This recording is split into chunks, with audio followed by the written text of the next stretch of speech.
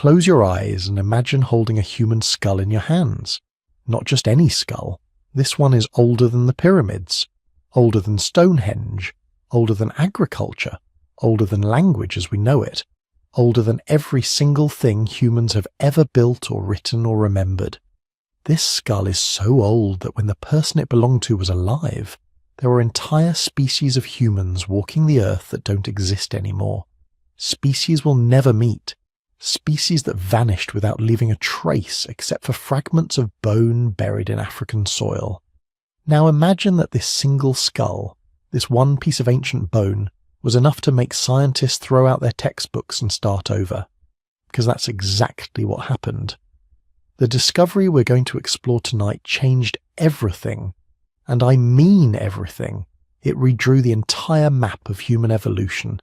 It pushed our timeline back further than anyone thought possible. It proved that scientists who spent their entire careers studying human origins had been looking in the wrong places, at the wrong times, building theories on foundations that turned out to be completely wrong. If you're settling in to fall asleep, perfect. That's exactly why I make these. So get comfortable, maybe subscribe if you haven't already, and here's the fun part. Comment below and tell me where you are right now and what time it is. I love checking the comments and seeing Tokyo at sunrise, London at lunch, Los Angeles at midnight, all watching the same story unfold across time zones. It's like this community spans the whole planet, which is pretty fitting for a story about human origins. Tonight's journey starts in a place most people have never heard of, a remote excavation site where the temperature reaches scorching highs during the day and the dust gets into everything, your clothes, your equipment, your lungs. It's the kind of place where only the most dedicated researchers spend their time, digging through layers of ancient sediment, hoping to find something, anything, that might tell us where we came from. And then, one day, someone finds it. A skull. Fragments at first, then more pieces, carefully excavated over weeks and months. And as they clean away the dirt and stone that's encased it for nearly 1 million years, they start to realize what they're looking at. This isn't just another fossil. This is something that shouldn't exist. Not here. Not at this age. Not with these features. The moment scientists began analyzing this skull, arguments erupted. Heated debates in academic journals, conferences where researchers literally shouted at each other. Careers were made and destroyed over interpretations of this single find, because accepting what this skull represented meant admitting that the story of human evolution, the story we'd been teaching in universities and museums around the world, was incomplete at best and fundamentally wrong at worst. See, the thing about paleoanthropology, the study of human origins, is that it's like trying to complete a jigsaw puzzle when you only have a handful of pieces and no picture on the box to guide you. Every new fossil is another piece, and sometimes that piece fits exactly where you expected. But sometimes, like with this skull, that piece doesn't fit anywhere in your existing puzzle, and you have to ask yourself, is the piece broken, or is the puzzle wrong? In this case, the puzzle was wrong. This discovery opened doors to questions nobody had even thought to ask. It revealed gaps in our family tree we didn't know existed. It suggested that our ancestors were doing things, living in places, developing abilities, much earlier than we ever imagined possible. And most incredibly, it hinted that there were entire chapters of human history we knew absolutely nothing about. Chapters that might be lost forever. Over the next few hours, as you drift in and out of consciousness, we're going to walk through this story together. From the moment of discovery to the painstaking work of dating the skull using cutting-edge technology. From the shocking revelations about its anatomy to the fierce scientific battles that followed. We'll meet the researchers who staked their reputations on this find, and the skeptics who tried to tear their theories apart. We'll explore what life was like for the person this skull belonged to, 1 million years ago, in a world so different from ours it might as well be an alien planet. And we'll trace the line from that ancient individual to you, lying here tonight, listening to this story. Because here's the beautiful thing about this discovery. It's not just about the past, it's about us. Every revelation about our ancestors is a revelation about ourselves. Every mystery they solved is a clue to understanding why we are the way we are. So let's begin. Let's go back to a time before history, before memory, before anything recognizable as human civilization. Back to the moment when everything we thought we knew about ourselves was about to change forever. The story starts with a hole in the ground and a fragment of bone that refused to make sense. Picture a university lecture hall in 1920. Dark wood panelling, rows of young men in suits, no women, because most universities wouldn't admit them to anthropology programs. At the front, a professor gestures at a chart showing human evolution as a neat straight line from ape to European gentleman. Simple, clean, completely wrong. But they didn't know that yet. The world of early 20th century anthropology was tiny, insular, and almost entirely European. A handful of scholars, mostly men from wealthy families who could afford to spend years studying dusty bones, debating the origins of humanity over brandy in London clubs and Parisian cafes. They had impressive credentials, elaborate theories, and almost no actual evidence. Think about that for a moment. These were the men trying to reconstruct millions of years of human evolution. They were working with fewer complete ancient human fossils than you could count on both hands. Some of the most prominent anthropologists had never even seen an original fossil, only plaster casts and drawings. Yet they spoke with absolute certainty about how, when, and where humans evolved. Their certainty wasn't based on evidence, it was based on assumptions. Assumptions that reflected the prejudices and blind spots of their era. And those assumptions shaped everything they believed about human origins. The dominant theory was straightforward. Humans evolved recently, probably within the last few 100,000 years. And they evolved in Europe or possibly Asia, anywhere but Africa. The idea that humanity's origins lay in the Dark Continent was considered by many European scholars to be not just unlikely, but almost offensive.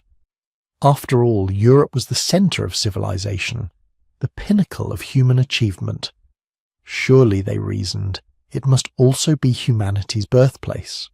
This wasn't just cultural bias. It was scientific racism dressed up in academic language. Many early anthropologists openly ranked human races in hierarchical orders, with Europeans at the top and Africans at the bottom. They interpreted every fossil discovery through this lens. Anything that suggested greater complexity or intelligence was automatically assumed to be more closely related to Europeans. Anything that seemed more primitive was pushed toward the African side of the family tree. The sparse fossil record made it easy to maintain these biases. In 1920, the entire collection of ancient human remains consisted of maybe a dozen significant finds scattered across museums in Europe and Asia. Each discovery was treated like a sacred relic. Scholars built entire theories around single teeth, fragments of jaw, pieces of skull so small you could hold them in your palm. The most famous find was Neanderthal man, discovered in Germany's Neander Valley back in 1856. For decades, scientists argued about what it meant. Was it a separate species? A diseased modern human? An evolutionary dead end? Nobody could agree. The original bones were passed from researcher to researcher, each one proposing a different interpretation, each one convinced they alone understood the truth. Then came Java man, discovered by a Dutch anatomist named Eugene Dubois on the Indonesian island of Java in the 1890s. Just a skull cap and a thigh bone found yards apart, not even definitely from the same individual. But Dubois declared it the missing link between apes and humans. He named it Pithecanthropus erectus, upright ape man. Other scientists weren't convinced. Some thought it was just a large gibbon. Others argued it was a modern human with unusual features. The debates raged for decades. This was the state of paleoanthropology. Fragmentary bones, endless arguments, and very little consensus. But underlying all the debates was one central obsession: the missing link. Darwin's theory of evolution had been around since 1859, but it left a crucial question unanswered. If humans and apes shared a common ancestor, where was the fossil evidence of the transition? Where were the creatures that were more than apes, but less than human? The intermediary forms that should connect us to our primate cousins. Scientists were desperate to find these missing links, not just to prove evolution, though that was part of it. More than that, finding the missing link would mean fame, recognition, a place in history. Museums and wealthy patrons offered funding for fossil hunting expeditions. Academic careers were made or destroyed based on the significance of your discoveries. This created a problem. When you're looking for something specific, when your reputation and funding depend on finding it, you start seeing it everywhere. Ambiguous fossils got interpreted as missing links. Fragmentary remains got reconstructed to fit expectations. In the worst cases, researchers saw what they wanted to see instead of what was actually there. The most spectacular example was Piltdown Man. Discovered in England in 1912, it consisted of a human-like skull and an ape-like jaw. British scientists hailed it as the ultimate missing link, proof that humans had evolved in England itself. Charles Dawson, the amateur archaeologist who found it, became famous overnight. Museums created elaborate reconstructions. Textbooks featured it prominently. There was just one problem. It was a hoax. Someone had taken a medieval human skull and an orangutan jaw, filed down the teeth to look more human, and stained everything to appear ancient. But British scientists wanted to believe they'd found evidence of English evolutionary superiority so badly that they didn't question it carefully enough. The fraud wasn't exposed until 1953, more than 40 years later. By then, Piltdown had misled an entire generation of researchers. But even legitimate fossils were interpreted through deeply flawed frameworks. Early anthropologists assumed that brain size was the most important marker of human evolution. Bigger brains meant more advanced, more human. This seemed logical. Modern humans have large brains compared to apes. So surely the first thing that made our ancestors human was brain expansion. This led to a predicted sequence. First came the big brain, then upright walking, then tool use. Brain first, everything else followed. It made intuitive sense to scholars who valued intelligence above all else. The brain, the seat of reason and thought, must have been the key adaptation that separated humans from animals. Based on this assumption, scientists made predictions about what the missing link should look like. Something with a large, human-like skull but ape-like body. A creature that had evolved intelligence first but retained the physical characteristics of its primate ancestors.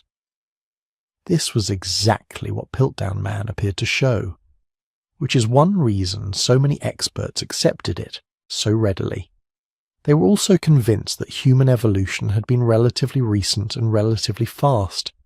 A few 100,000 years, maybe 500,000 at most, from ape-like ancestor to modern human.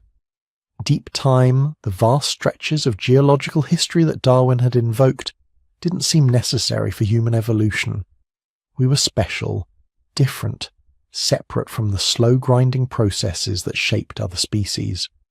This created a very specific picture of human prehistory. Somewhere in Europe or Asia, within the last 500,000 years, an ape-like creature had suddenly developed a larger brain. This mental leap forward had set it on the path to humanity. It learned to walk upright, make tools, develop culture. Within a relatively brief period, it transformed from animal to human. It was a comforting story. It made humans exceptional, our evolution rapid and dramatic, our superiority self-evident. It placed our origins in familiar, civilized landscapes rather than the mysterious depths of Africa. And it required very little time, very little evidence, very little complication. But it was wrong, almost entirely wrong. The problem was that early anthropologists were trying to reconstruct millions of years of evolutionary history from a handful of broken bones. It's like trying to understand an entire novel by reading 3 random words from different pages. You might construct a story, but it's going to be your story, not the author's. Your biases, assumptions and expectations will fill in all the gaps, and the gaps were enormous. Between the few known fossils stretched vast chasms of time, hundreds of thousands of years with no evidence at all. Different species might have risen and fallen. Entire branches of the human family tree might have flourished and gone extinct, and nobody would know because the fossil record was so incomplete. Some scientists recognized this. They urged caution, argued for gathering more evidence before making sweeping conclusions. But they were drowned out by the confident voices of the establishment, the prominent professors and museum directors who spoke with certainty because their positions demanded it. There was also a geographical problem. Nearly all fossil hunting happened in Europe and Asia. A few expeditions had ventured into Africa, but they were poorly funded, often dismissed as unlikely to yield important discoveries. Why waste resources searching the African wilderness when the real story of human evolution was obviously playing out in the civilized world? This created a massive sampling bias. Scientists were looking for human ancestors in Europe and Asia, so naturally that's where they found them. Every European fossil was celebrated as a crucial piece of the puzzle. Asian discoveries were studied intensively. African finds, when they happened at all, were often treated as curiosities, interesting but peripheral to the main story. Meanwhile, dating techniques were primitive at best. Researchers estimated the age of fossils based on the geological layers where they were found, but those estimates could be off by hundreds of thousands of years. Without accurate dates, it was impossible to know which fossils were older, which represented ancestors and which descendants, which were direct human ancestors and which were evolutionary dead ends. So the field existed in a strange state. Lots of theory, lots of confident pronouncements, but very little solid ground beneath it all. The foundation was built on sand, assumptions stacked on assumptions, interpretations piled on interpretations, all supported by a tiny collection of fragmentary bones. But cracks were starting to appear in the consensus. A few researchers were beginning to question the European origin story. A few fossils were turning up that didn't fit the expected pattern. Brain size wasn't always increasing in a neat progression. Some ancient humans had surprisingly small brains but sophisticated tools. Others had large brains but seemed to lack cultural complexity. The neat straight line from ape to human was getting messier. Maybe human evolution wasn't a ladder but a branching bush. Maybe multiple human species had coexisted.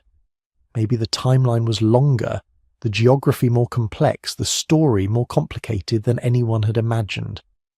The scientific community in the early 20th century was like a powder keg. The old theories were showing their age. The sparse evidence was being stretched beyond its limits. The assumptions and biases that had shaped the field for generations were increasingly difficult to maintain. All it would take was one discovery, one fossil that couldn't be explained away, dismissed, or forced into the existing framework. One find that demanded a complete rethinking of human origins. The stage was set. The actors were in place. The old guard clinging to their theories, the young rebels pushing for change, the patient bones waiting in the earth to tell their story.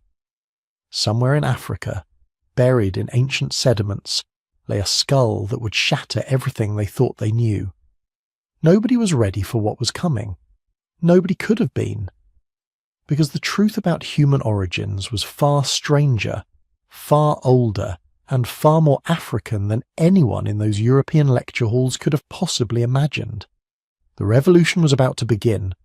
Picture the East African Rift Valley in the early morning, sometime in the early 20th century. The sun hasn't quite risen yet, but the sky's already bleeding orange and gold across the horizon. The air is cool, almost cold, which is a mercy because in a few hours it'll be pushing 95 degrees in the shade. Except there isn't much shade, just endless stretches of eroded badlands. gullies carved by seasonal rivers that only flow a few weeks a year, and exposed rock faces where millions of years of geological history lie open like the pages of a book.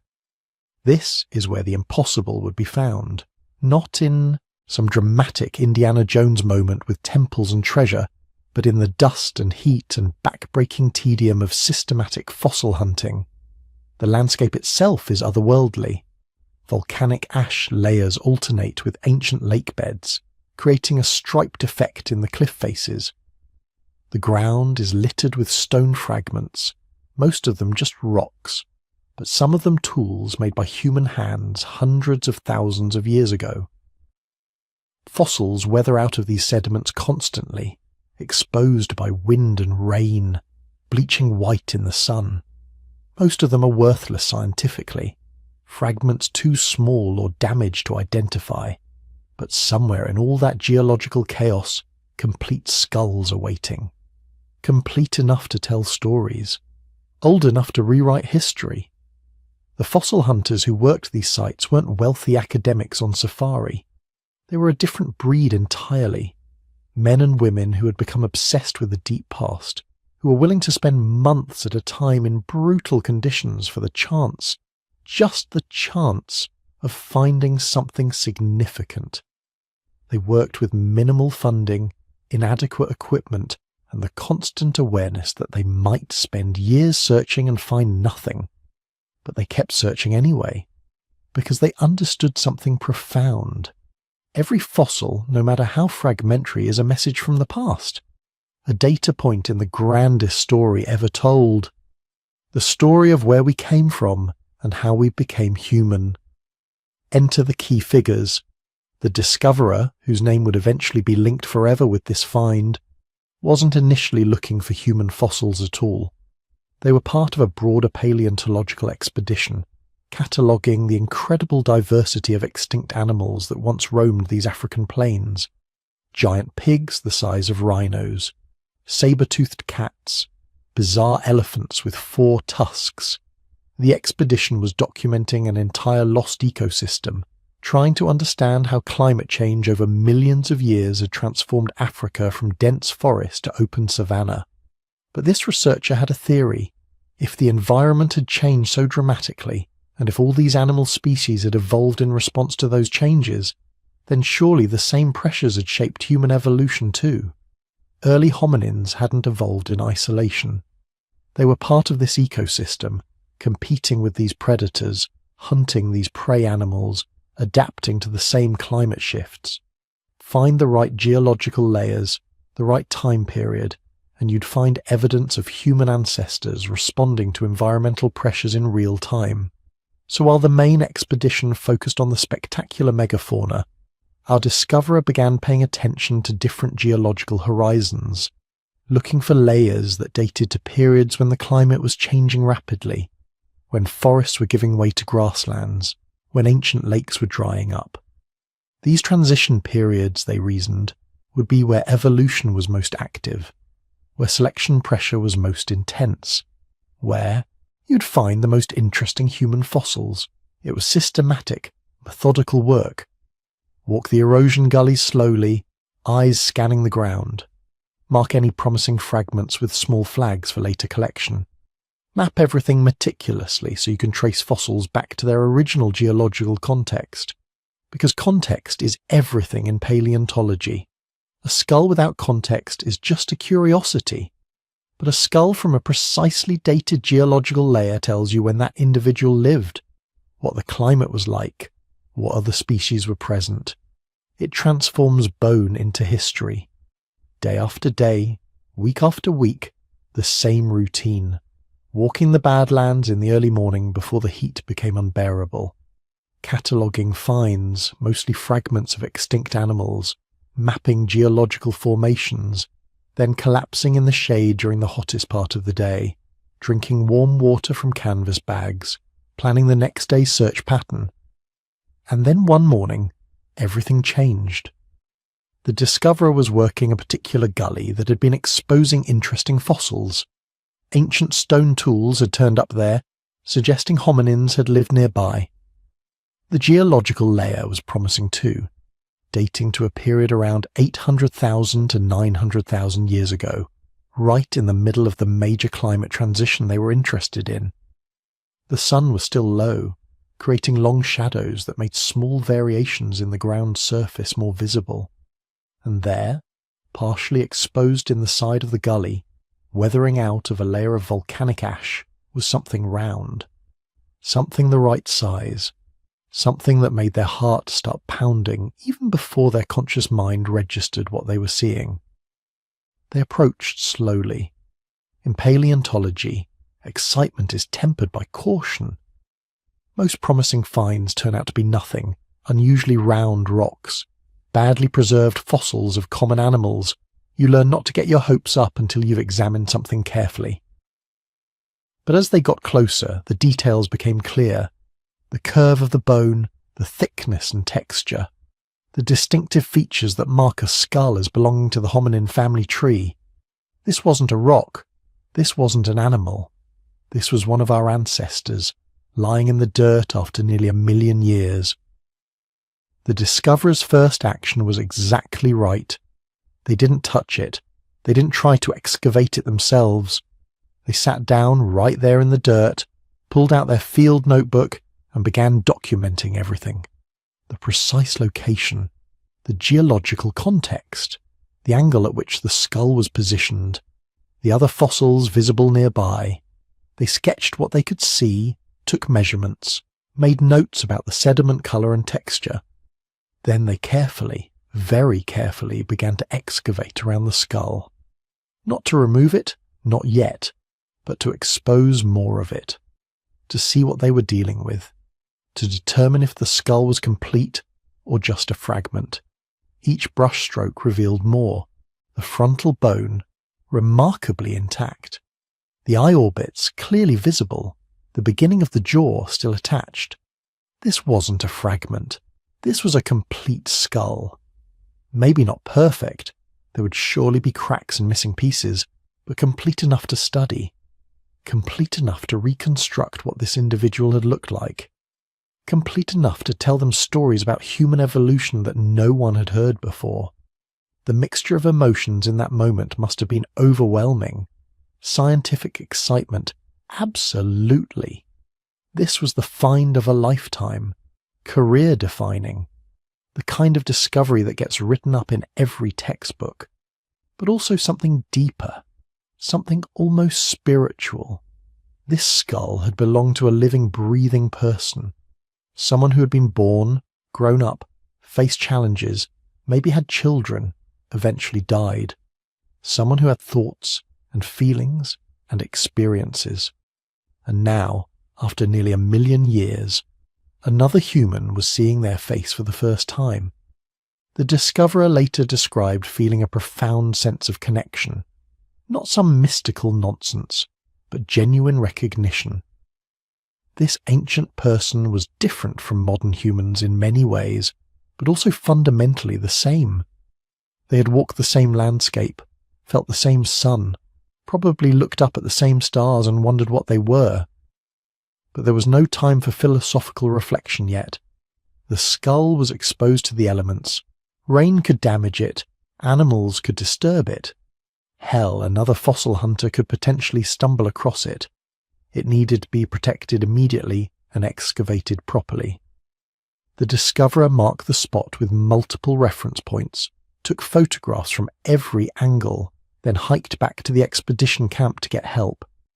They needed plaster for making a protective jacket around the skull. They needed the expedition leader and the other senior researchers to witness and verify the discovery. They needed documentation, proper excavation tools, everything required to do this right. The next few days were intense. The entire expedition shifted focus to this single find.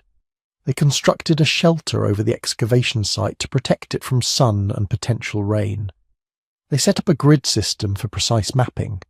They brought in all their photographic equipment, still primitive by modern standards, but the best available at the time. Then began the painstaking work of fully exposing the skull.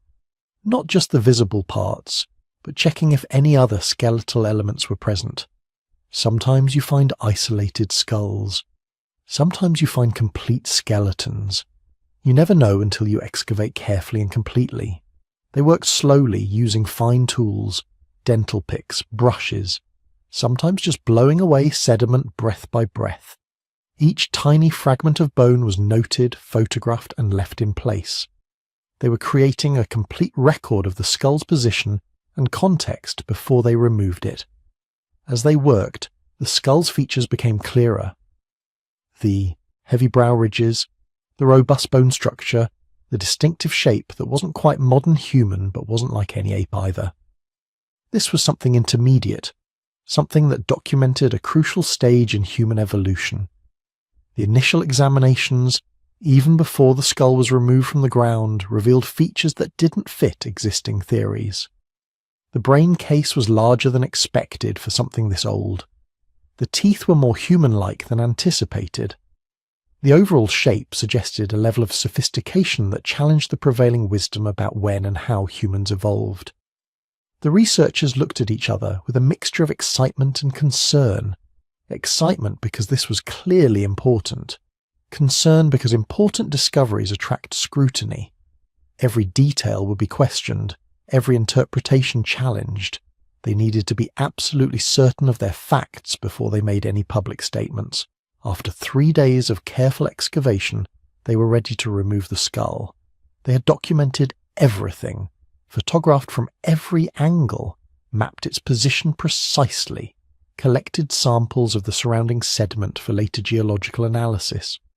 Now came the most nerve-wracking part, actually lifting the fossil and transporting it to safety. They used the traditional paleontological technique of jacketing. They covered the exposed skull with wet tissue paper to protect the surface. Then they applied plaster-soaked burlap in layers, creating a hard protective shell around the fossil. Once the jacket was complete and dry, they carefully undercut beneath the skull, separating it from the sediment below while keeping everything stable inside the plaster cocoon. The jacketed skull weighed nearly 40 pounds. Bone plus rock plus plaster, all of it precious and irreplaceable. They carried it out of the gully like it was made of glass, walking slowly, trading off when arms got tired. Back at camp, they built a wooden crate padded with straw and carefully nested the jacketed skull inside. Then came the journey, getting the skull from a remote excavation site in East Africa to a proper laboratory where it could be studied. This wasn't like shipping a package today. There were no reliable roads, no air freight, just long overland journeys by truck and train, then eventually by ship with the skull's handlers constantly worrying about damage from jolts and vibrations and temperature changes. The discoverer accompanied the skull personally. They weren't taking any chances. At border crossings, they had to explain repeatedly what they were transporting and why it was important. Some officials were fascinated, others were suspicious. One border guard apparently suggested they were smuggling drugs inside the plaster jacket and wanted to break it open to check. It took hours of negotiation and documentation to prevent that disaster. But eventually, after weeks of careful transport, the skull arrived at a major research institution, still in its plaster jacket, still protected, ready to reveal its secrets to a new generation of scientists who would spend years studying every millimetre of its surface. The skull had survived nearly 1 million years buried in African sediments.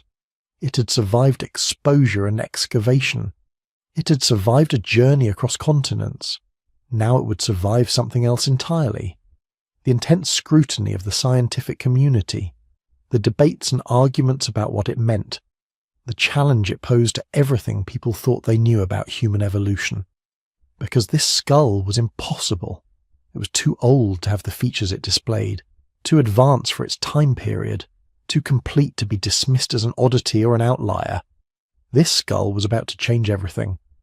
But first, scientists had to figure out exactly how old it was, and that would prove to be its own kind of challenge.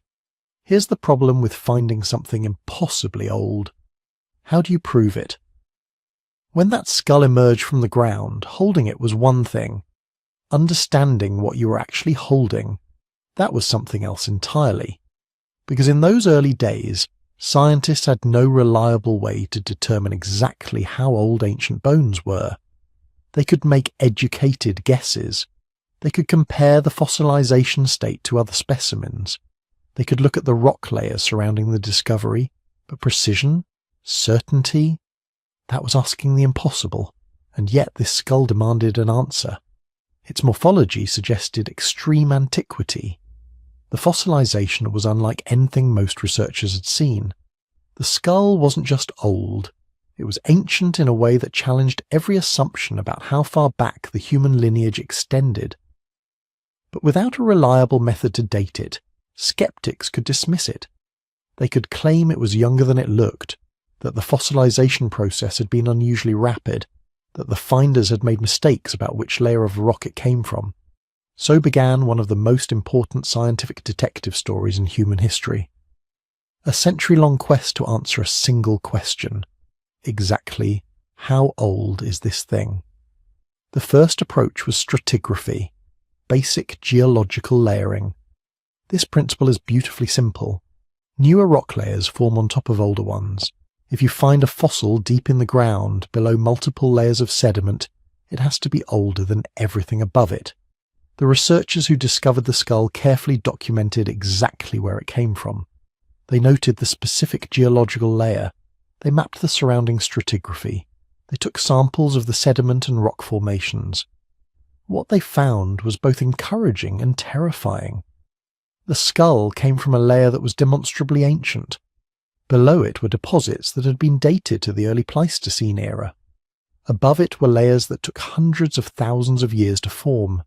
The stratigraphic evidence suggested the skull was at least 800,000 years old, possibly much older. This was astronomical compared to what most scientists believed about human evolution at the time. But stratigraphy alone wasn't enough. Too many variables. Geological disturbances could move fossils up or down through layers. Water erosion could relocate remains. Earthquakes and tectonic activity could jumble everything together. The skeptics weren't convinced, and honestly they had good reasons to doubt. So the researchers turned to a second method: associated fauna. The animals you die with tell a story about when you lived. When the skull was discovered, it wasn't alone. The same geological layer contained fossils of extinct animals. Ancient elephants that hadn't walked the earth for nearly 1 million years. Saber-toothed cats that had vanished long before recorded history. Rodents and bird species that modern paleontologists could identify and date based on their evolutionary stage. This was powerful evidence. You can't just appear next to animals that went extinct 900,000 years ago.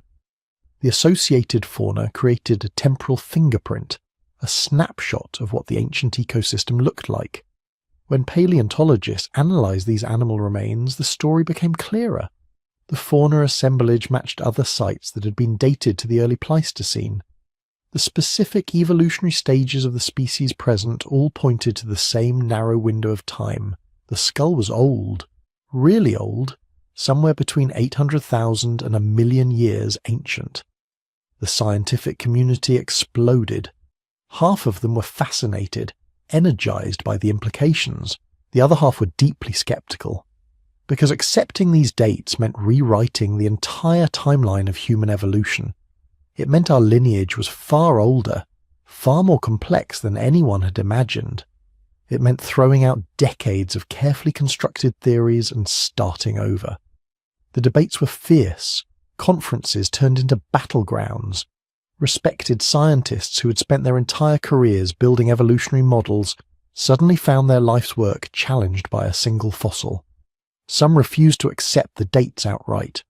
They argued the stratigraphy had been misread. They claimed the associated fauna had been contaminated, mixed with the skull's layer through geological processes. They demanded more evidence, better evidence, unimpeachable evidence, and then the technology evolved. By the mid-20th century, scientists had developed radiometric dating techniques. These methods were revolutionary because they didn't rely on context or comparison. They measured the actual decay of radioactive elements within the fossils and surrounding rock.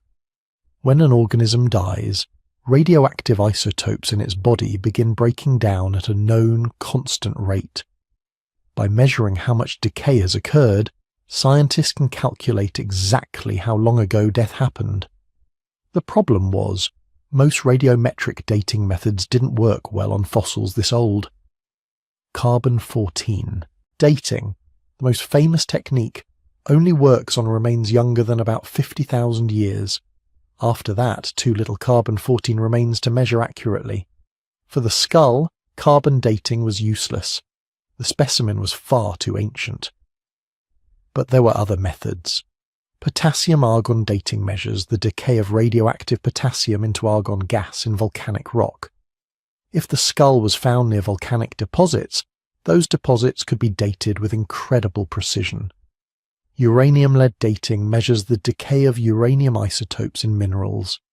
Electron spin resonance dating measures radiation damage in tooth enamel and bone. When these techniques were finally applied to the skull's site, something remarkable happened. The dates started converging. Different methods, measuring different isotopes, using completely independent physical processes, all pointed to the same time frame. The volcanic ash layer just above the skull, 900,000 years old.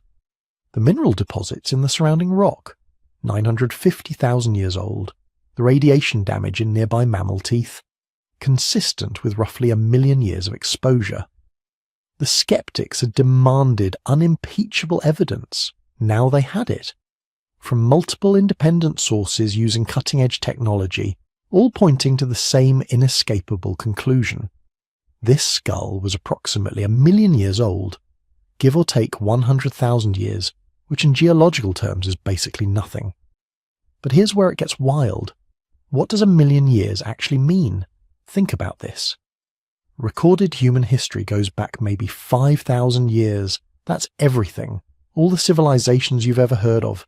Ancient Egypt, Mesopotamia, Greece, Rome, China. All of it fits within the last 5 millennia. Now multiply that by 200. That's 1 million years. If you tried to count to 1 million, counting one number per second without stopping, it would take you 11.5 days. If you tried to walk back through time at the rate of 1 year per step, you'd need to take 1 million steps to reach when this individual died. At an average walking pace, that would require walking continuously for about 3 weeks. The human mind simply isn't equipped to comprehend these timescales. Evolution operates on a temporal canvas so vast that our brains, adapted for thinking about days and seasons and lifetimes, struggle to grasp it. 1 million years isn't just old. It's ancient beyond our intuitive capacity to understand. And yet, in the grand timeline of Earth's history, 1 million years is recent. The planet is 4.6 billion years old. Life has existed for at least 3.5 billion years. Complex multicellular animals have been around for over 500 million years. In that context, 1 million years is like the last few minutes of a 24-hour day. But for human evolution, 1 million years is transformative, absolutely foundational. When scientists began comparing the skull to other dated human fossils, patterns emerged. There were other specimens from roughly the same period, some from Africa, some from Asia, a few from Europe. What became clear was that 1 million years ago, multiple human species existed simultaneously. They were spread across 3 continents. They looked different from each other, adapted to different environments, but they were all recognizably human in ways that earlier species weren't. This skull fit perfectly into that merging picture. Its anatomy showed features that were intermediate between older, more primitive species and later, more modern ones. Its age placed it right at a crucial branch point in human evolution. This wasn't just another fossil. This was evidence of a pivotal moment when our lineage was diverging, adapting, becoming the varied collection of human species that would eventually spread across the entire planet. But even as the dating became more precise and more accepted, controversy continued. Some scientists argued that even if the dates were accurate, the skull might not represent a direct ancestor of modern humans. It could be a side branch, an evolutionary dead end, a cousin rather than a grandparent. Others suggested that the skull's unusual features meant it should be classified as a separate species entirely, not part of the human lineage at all. These debates continued for decades. Even today, aspects of the skull's classification remain contentious. But what's no longer debatable is its age. Modern dating techniques, applied multiple times by independent research teams, have consistently confirmed the initial estimates. This skull is approximately 1 million years old. That's not speculation anymore. That's established fact, confirmed by geology, paleontology, and radiometric dating. What changed wasn't the skull. The skull has always been exactly as old as it is. What changed was our ability to read the clues preserved in rock and bone. Every advancement in dating technology brought new precision, new confidence, new understanding. By the late 20th century, scientists had developed even more sophisticated methods. Argon-argon dating refined the potassium-argon technique, reducing error margins. Paleomagnetic dating measured the reversal of Earth's magnetic field recorded in rock layers. Cosmogenic nuclide dating measured isotopes created by cosmic ray bombardment. Each method added another piece to the puzzle, another confirmation of the skull's impossible antiquity. The result is that today we can date this skull with precision that would have seemed like science fiction a century ago. We know not just that it's roughly 1 million years old, but which specific climatic period it lived during. We can correlate its existence with ancient volcanic eruptions, climate shifts, and evolutionary events in other species. We can place this individual's death within a 10,000-year window in a 1 million-year timeline. That's the power of modern science. The ability to take a fragment of bone and extract from it a precise date, a specific moment in deep time. The ability to look at a skull and say with confidence, this individual died approximately 950,000 years ago, give or take 50,000 years, during a period of severe climate fluctuation in a landscape that no longer exists, among species that have long since vanished.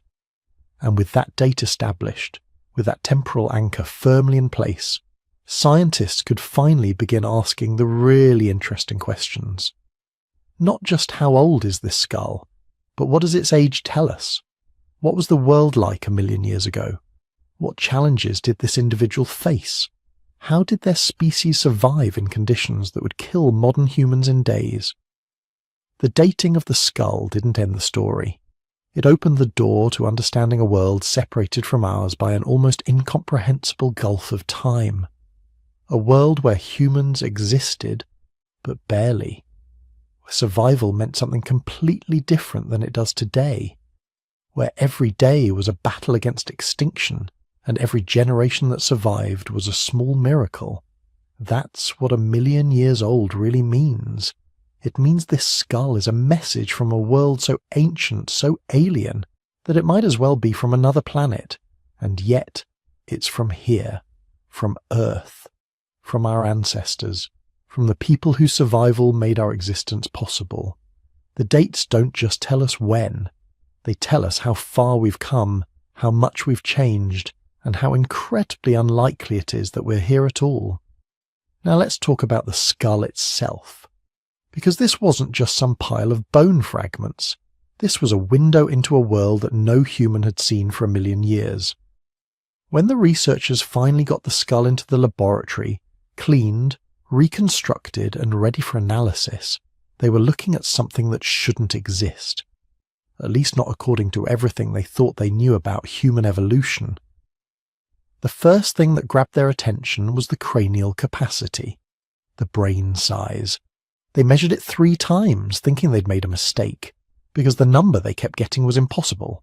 900 cubic centimeters, maybe pushing toward 950 in life, accounting for the usual compression that happens to fossils over time. To put that in perspective, modern human brains average about 1,350 cubic centimeters. Chimpanzees, our closest living relatives, have brains around 400 cubic centimeters. This skull was sitting right in the middle, not quite human, not remotely ape, but something profoundly in between. But here's what made it revolutionary. At 1 million years old, this individual had a brain significantly larger than anything else from that time period. The other fossils from this era showed brain sizes around 750 to 800 cubic centimeters. This skull represented a massive leap forward, a 20% increase in brain volume. That's not just evolutionary drift, that's selection pressure, that's evolution pushing hard in a specific direction. The skull was telling a story about intelligence under pressure, about minds growing larger because they had to, because the world was becoming more challenging, and only the smartest, most adaptable individuals were surviving long enough to reproduce. But brain size is just one piece of the puzzle. The real insights came from examining the shape of the skull, the architecture of this ancient face. The face itself was remarkable, projecting forward more than a modern human's, but nothing like the pronounced snouts of earlier hominins. The cheekbones were massive, flaring out from the skull like buttresses. These weren't just for show. Those robust cheekbones were attachment points for enormous jaw muscles. This individual could bite down with crushing force. The teeth told the same story. Molars worn nearly flat from years of grinding. Not just soft fruits and occasional meat, but tough, fibrous plant materials. Roots pulled from hard ground. Seeds that needed serious processing. This was someone who ate whatever they could find and had the dental equipment to make it work. The jaw was thick, heavily built, with attachment points showing muscle development that would be exceptional even in modern athletes. This person chewed for hours every day. Food processing wasn't something you did quickly and moved on. It was a major investment of time and energy. But here's where it gets interesting. The wear patterns on the teeth weren't random. They showed evidence of tool use. Microscopic scratches running at specific angles, exactly what you'd expect from someone who regularly held plant fibers or animal materials in their teeth while cutting them with stone tools. This wasn't just eating, this was food processing, planning, using tools not just occasionally, but as a regular part of daily survival. The eye sockets were large, positioned forward in the skull for excellent depth perception. This was someone who needed to judge distances accurately, maybe for throwing, maybe for navigating complex terrain, definitely for hunting or avoiding being hunted. The brow ridge was prominent, a thick shelf of bone protecting the eyes. Modern humans have almost lost this feature, but in this skull it was pronounced. Not as extreme as in earlier hominins, but definitely there. This suggests a lifestyle that involved physical conflict, environmental hazards, the kind of existence where protecting your eyes and brain from impact trauma was worth the metabolic cost of building extra bone. But the really fascinating details were inside the skull. When the researchers made detailed scans and created 3D models of the internal surface, they could see the impressions left by the brain itself. The pattern of blood vessels, the shape of different brain regions, all preserved like a fossil memory of thoughts long vanished. The frontal lobe showed significant expansion. These are the regions associated with planning, decision-making, impulse control, and social behavior. This individual had a brain that was developing the capacity for complex thought. Not modern human-level cognition, not yet, but moving decisively in that direction. The language centers showed interesting development too. Not fully modern, but more developed than in earlier hominins. Whether this individual could actually speak in anything like human language, we'll never know. But they had the neural architecture that was starting to make language possible. They could probably communicate in ways far more sophisticated than any other animal on Earth at that time. The visual processing areas were enlarged, consistent with those forward-facing eyes and that need for accurate depth perception. This was someone who lived in a world where seeing clearly, judging distances accurately, and processing visual information quickly could mean the difference between eating and being eaten. When scientists compared this skull to modern humans, the differences were striking but not overwhelming. Side by side, you could see the family resemblance. The basic architecture was similar. The proportions weren't wildly different. Put some flesh on this ancient skull, and you'd recognize it as human. Not quite modern, but unmistakably our family. The similarities were actually more surprising than the differences. The rounded skull shape, already moving away from the elongated forms of earlier hominins. The relatively small face compared to the brain case. The teeth that were still large by our standards, but tiny compared to earlier ancestors. This was a creature that was already most of the way toward becoming us. But compare this skull to other hominins from around the same time period, and it stood out dramatically. Specimens from Africa showed smaller brains, more pronounced facial features, less evidence of the kind of complex tool use that these wear patterns suggested. This individual represented a population that was evolving differently, facing different challenges, developing different solutions. Some researchers think this represents a northern population, groups that had pushed into harsher environments and were adapting to more challenging conditions. The robust facial features, the heavy jaw, the enlarged brain, all consistent with populations facing seasonal food, scarcity and environmental stress. The skull showed other signs of adaptation too. The sinus cavities were large and complex, suggesting this individual lived in a cold or dry climate where air needed to be warmed and humidified before reaching the lungs. The blood vessel patterns showed adaptations for maintaining brain temperature in variable conditions. This wasn't someone living in a stable tropical environment. This was someone dealing with real climate stress. The base of the skull showed muscle, attachment points indicating a body built for endurance rather than raw power. Long, efficient muscles designed for walking long distances, not sprinting or climbing. This was a terrestrial hominin, someone who lived on the ground and covered serious territory in their daily life. But perhaps the most poignant details were the ones that told us about this individual's actual life. Not just their species or their adaptations, but their personal story. The skull belonged to an adult, probably somewhere between 30 and 40 years old at death. That's middle-aged by their standards, possibly even elderly. They'd survived long enough to accumulate significant tooth wear, to develop arthritic changes in their jaw joints, to show evidence of healed injuries and recovered infections. Life had been hard for them. The skull showed healed fractures on the left side, probably from a fall or a blow years before death. They'd survived it. That alone tells us something important. They'd had a community. Someone had cared for them during recovery. You don't heal from a serious head injury alone in the wilderness. Sex determination from skulls is always uncertain, but the robust features and large size suggested male, though not definitively. Whether man or woman, they'd been a survivor.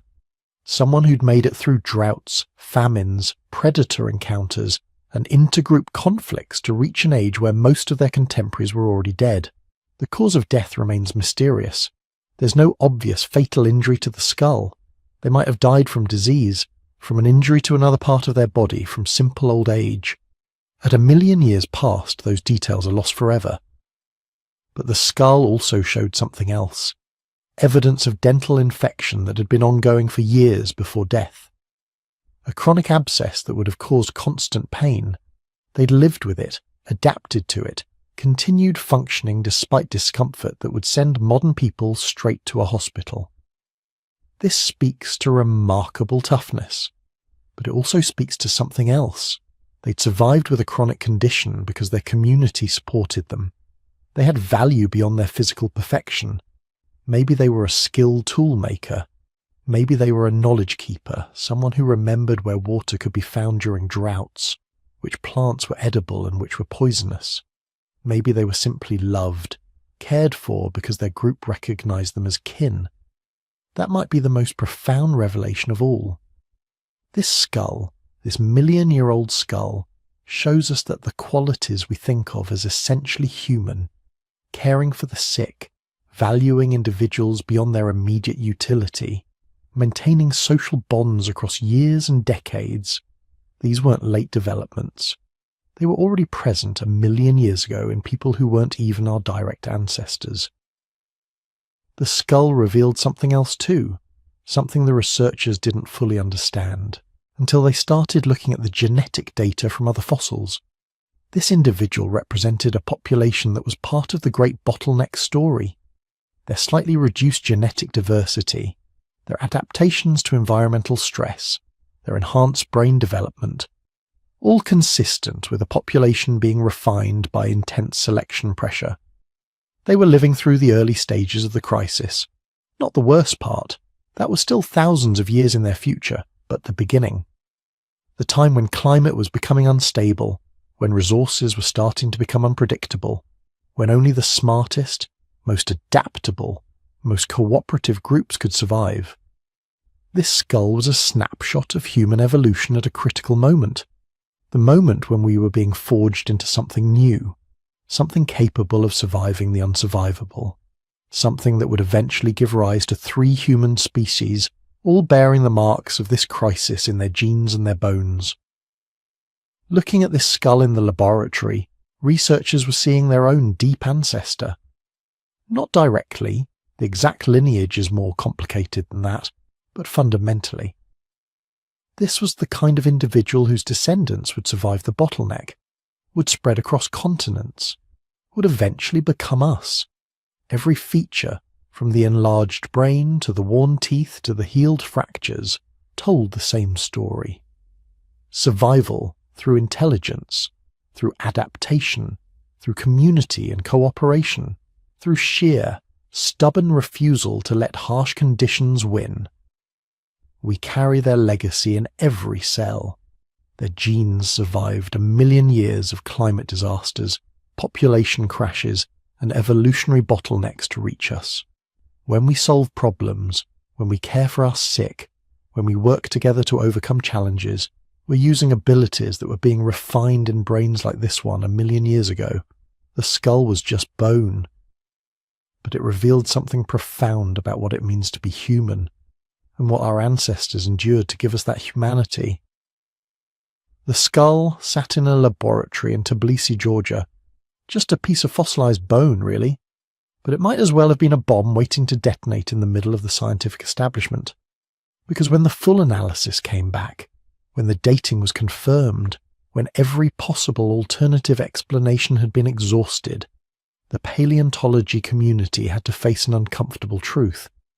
Everything they thought they knew about human evolution, at least half of it was wrong, not slightly incorrect, not in need of minor revisions, fundamentally, catastrophically wrong. The first theory to collapse was the most basic one, where humans evolved. For decades, the consensus had been clear, clean, almost elegant in its simplicity. Early hominins originated in East Africa, specifically the Great Rift Valley. They evolved there for millions of years, gradually becoming more human-like. Then, around 1 million years ago, maybe 800,000 at the earliest, the first members of genus Homo left Africa and began spreading into Europe and Asia. It was called the Out of Africa theory. And it wasn't just some fringe hypothesis. It was foundational, the framework that organized everything else scientists understood about human origins. University textbooks taught it. Museum exhibitions illustrated it. Grant proposals referenced it as established fact. Then this skull showed up, sitting in sediment in the Caucasus Mountains, dated to 1.8 million years ago. Not 800,000. Not even close. More than twice as old as humans were supposed to be outside Africa.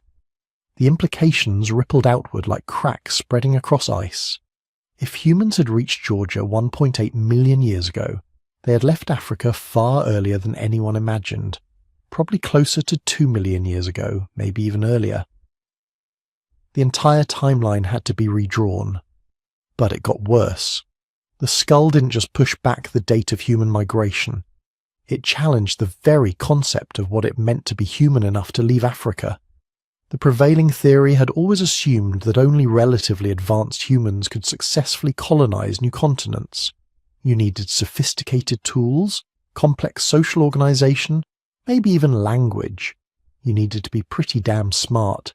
This skull suggested otherwise. The individual it came from had a brain roughly 600 cubic centimeters. That's tiny, barely larger than an Australopithecine, those ape-like ancestors from millions of years earlier. Modern human brains average around 1,400 cubic centimeters. Even Homo erectus, which everyone thought was the first species smart enough to leave Africa, typically had brains of 900 to 1,100 cubic centimeters.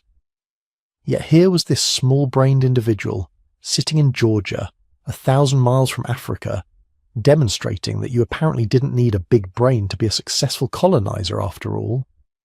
Maybe the requirements for leaving Africa had been massively overestimated. Maybe our ancestors were tougher, more adaptable, more capable than anyone gave them credit for. This realization demolished another cherished assumption, the ladder of progress. The idea that human evolution proceeded in a neat, linear fashion from primitive to advanced, from stupid to smart, from simple to complex. If small-brained hominins could successfully navigate their way from Africa to the Caucasus, surviving in unfamiliar environments with unfamiliar predators and unfamiliar food sources, then maybe brain size wasn't the key variable after all. Maybe intelligence wasn't about cubic centimeters of grey matter. Maybe it was about adaptability, problem-solving, social cooperation. Maybe our ancestors didn't need to evolve into geniuses before they could expand across continents. Maybe they were already smart enough in ways that don't show up in fossil skulls. The archaeological community had to completely rethink their assumptions about early human capabilities. If relatively primitive hominins could migrate successfully, what else could they do that scientists had dismissed as impossible? Could they have had complex social structures? Could they have used sophisticated hunting strategies? Could they have developed cultural traditions that passed knowledge between generations? Every question the skull answered generated 10 more mysteries. The geographic implications were equally revolutionary. The skull's location meant that the Caucasus region, previously considered a backwater in human evolution, was actually a major corridor. A pathway that connected Africa to Europe and Asia, a route that humans had been using for almost 2 million years. Suddenly, researchers started looking at other regions with fresh eyes. If humans reached Georgia that early, where else might they have gone that we haven't discovered yet? What about Central Asia? What about the Arabian Peninsula? What about Southern Europe? The funding priorities shifted overnight. Expeditions that had been focused exclusively on East African sites started expanding their scope. New digs opened in regions that had been ignored for decades. Every cave, every sediment layer, every potential hominin site outside Africa became a possible goldmine of information about early human migrations. But the real earthquake hit the genetics community. See, geneticists had been developing their own models of human evolution, based not on fossils but on DNA analysis. They'd been looking at genetic diversity in modern human populations, using mutation rates as a kind of molecular clock to estimate when different populations split from each other. And their dates didn't match the fossil dates, not even close. The genetic evidence suggested that modern humans underwent a severe population bottleneck around 900,000 years ago, a catastrophic decline that reduced the entire human population to perhaps a few thousand individuals. The geneticists had been arguing about this for years, but many paleontologists dismissed it as statistical noise, problems with the molecular clock calculations, anything but real. This skull changed that conversation, because 900,000 years ago wasn't that far removed from 1.8 million years ago, not in evolutionary terms. If humans had spread from Africa to Georgia by 1.8 million years ago, and then their population crashed 900,000 years ago, that suggested the bottleneck was real, devastatingly real. It meant that this individual from Georgia, along with countless others like them, might have been part of a vast human population that once spanned from Africa to Asia, a population that then got hammered by some kind of catastrophic environmental crisis, a population that nearly went extinct, surviving only in small scattered refugees while their former territories became graveyards. The skull became a bridge between two different scientific disciplines that had been working in parallel, often contradicting each other. Now, they had to integrate their findings, develop models that accounted for both fossil and genetic evidence. This wasn't easy. It required entirely new analytical frameworks, new ways of thinking about human evolution that neither discipline had developed on its own. Climate scientists got involved too. If there really had been a bottleneck around 900,000 years ago, something must have caused it. So they started looking at climate records from that period, analysing ice cores and sediment layers and pollen deposits. What they found was terrifying. Evidence of one of the most severe climate transitions in the last several million years. A period when global temperatures plummeted, rainfall patterns collapsed, and vast regions of Africa and Eurasia transformed into uninhabitable desert. Suddenly all the pieces started fitting together. Humans had expanded early, reaching Georgia and probably beyond by 1.8 million years ago. Then the climate crashed, killing off most of these pioneer populations. The survivors retreated to a few favourable refuges and clung to existence for over 100,000 years. When the climate finally recovered, they exploded outward again, recolonizing territories their ancestors had occupied a million years before. This wasn't the smooth, gradual progression that evolution was supposed to follow. This was punctuated equilibrium on steroids. Long periods of relative stasis interrupted by catastrophic collapses and explosive expansions. Human evolution wasn't a steady march of progress.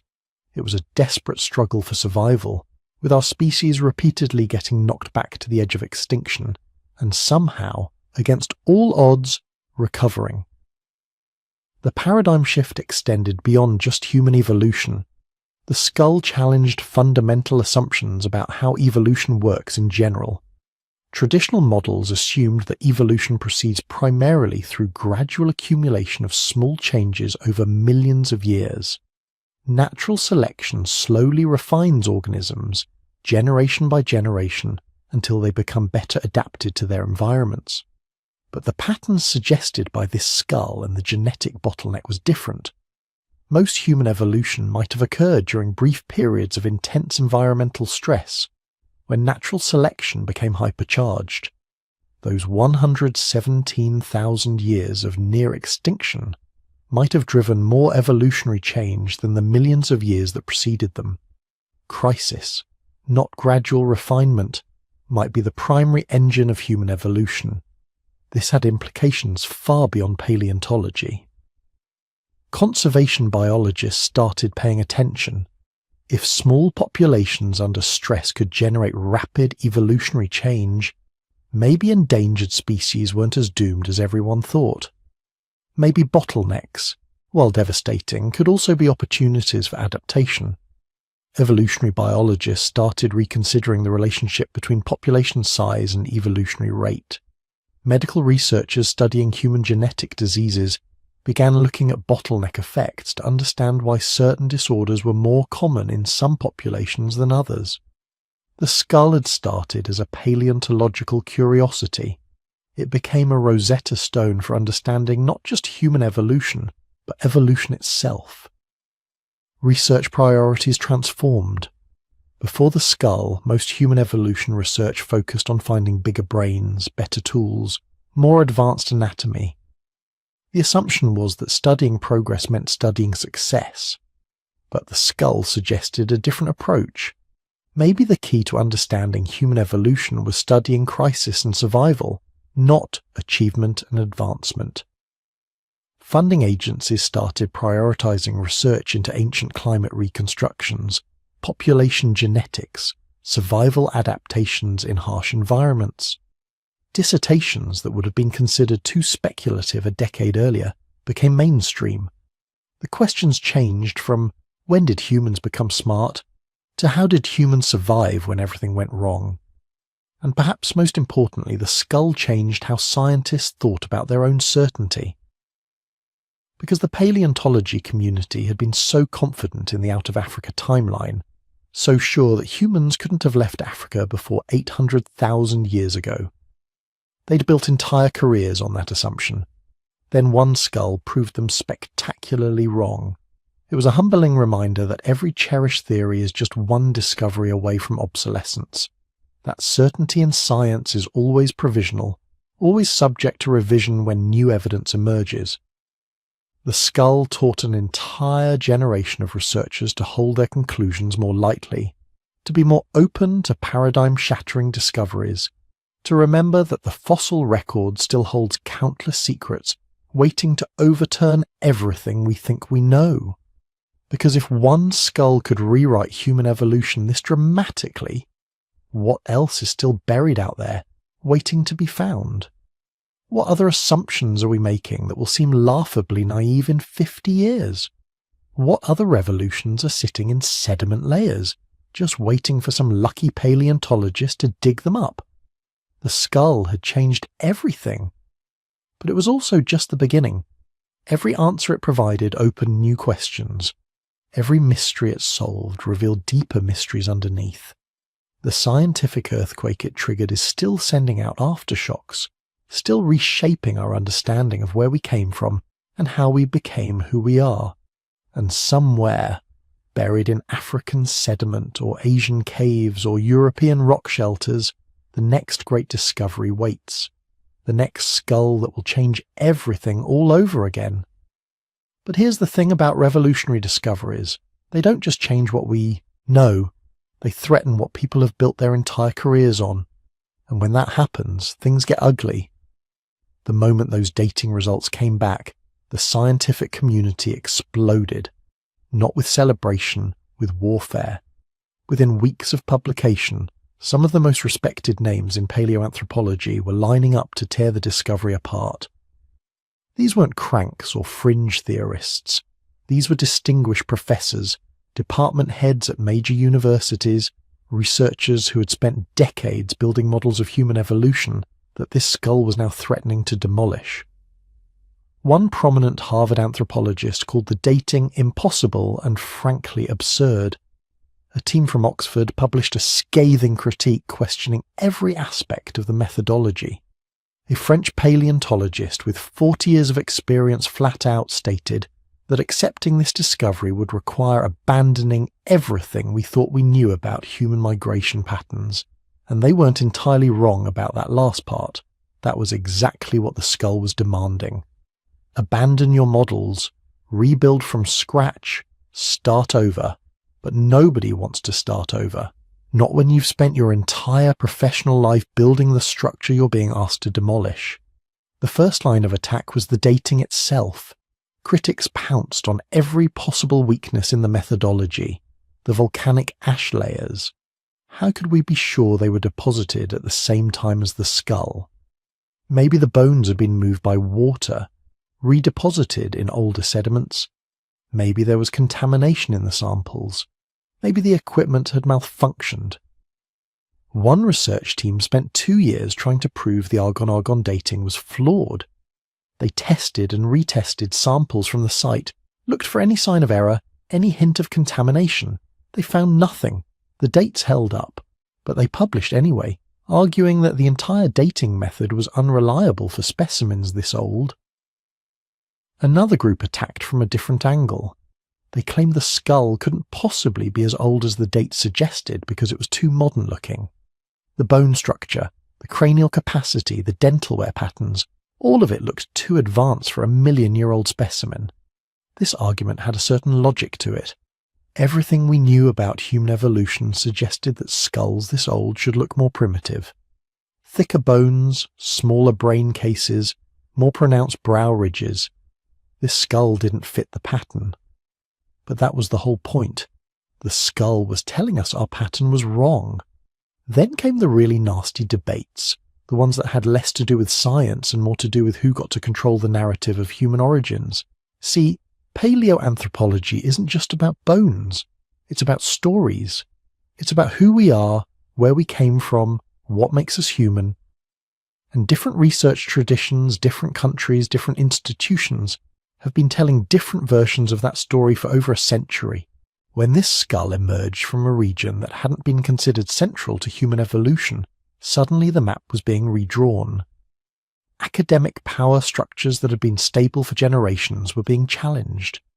European researchers who had built careers on fossils from France and Germany suddenly found their specimens being relegated to side branches of the evolutionary tree. American teams who had focused on East African sites were scrambling to reinterpret their findings.